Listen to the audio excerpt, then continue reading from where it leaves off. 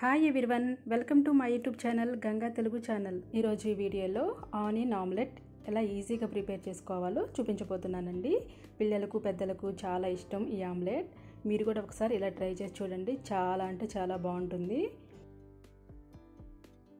ముందుగా ఒక చిన్న బౌల్లో ఈ విధంగా పచ్చిమిరపకాయలని ఉల్లిపాయలని ఇలా సన్నగా తరిగి పెట్టుకోండి.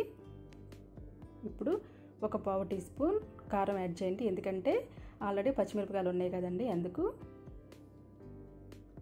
రుచికి సరిపడినంత ఉప్పు యాడ్ చేయండి. ఒక పావు టీ స్పూన్ పసుపు యాడ్ చేయండి.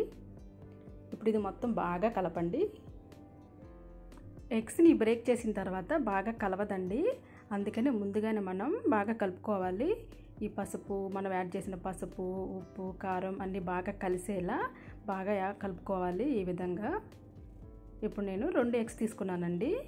ఈ 2 ఎగ్స్ని ఈ విధంగా బ్రేక్ చేసుకోవాలి.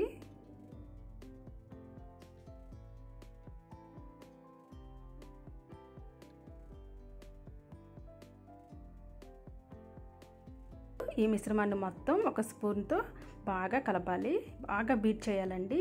బాగా బీట్ చేస్తే మీకు ఆమ్లెట్ అనేది బాగా మంచిగా వస్తుంది. చూసారా, ఈ విధంగా బాగా కలుపుకోవాలి. ఇప్పుడు మనం స్టవ్ ఆన్ చేసి ఒక పాన్ పెట్టుకొని 1 టేబుల్ స్పూన్ ఆయిల్ యాడ్ చేయాలి. ఈ నూనె కాగిన తర్వాత మనం ఈ ఎగ్ మిశ్రమాన్ని ఇట్లా ఆమ్లెట్లా వేసుకోవాలి.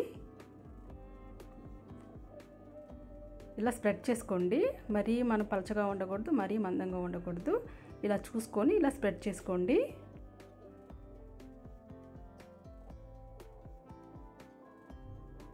ఇప్పుడు మన ఆమ్లెట్ని రెండో వైపుకి తిప్పుకుందాం.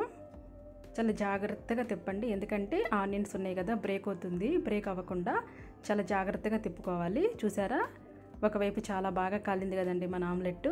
ఈ విధంగా రెండో వైపు కూడా మంచిగా కాల్చుకోవాలి. చూద్దాం ఇప్పుడు రెండో వైపు కూడా. చూడండి, బాగా మంచిగా కాలింది కదండి మన ఆమ్లెట్. అంతేనండి, పిల్లలకి పెద్దలకి ఎంతో ఇష్టమైన మన ఆనియన్ ఆమ్లెట్ చాలా సింపుల్గా రెడీ చేసుకోవచ్చండి. ఈ విధంగా మీరు కూడా ఒకసారి ఇలా ట్రై చేసి చూడండి. ఈ ఆమ్లెట్ మనం పప్పుచారులో, సాంబార్లో, పప్పులో ఇలా సైడ్ డిష్గా తీసుకోవచ్చండి. చాలా అంటే చాలా బాగుంటుంది. మీరు ఒకసారి ఇలా ట్రై చేసి చూడండి. మీకు కనుక మా వీడియో నచ్చినట్లయితే ప్లీజ్ లైక్ చేయండి, షేర్ చేయండి, సబ్స్క్రైబ్ చేయండి. Thanks for watching. మరొక మంచి వీడియోతో మళ్ళీ కలుద్దాం.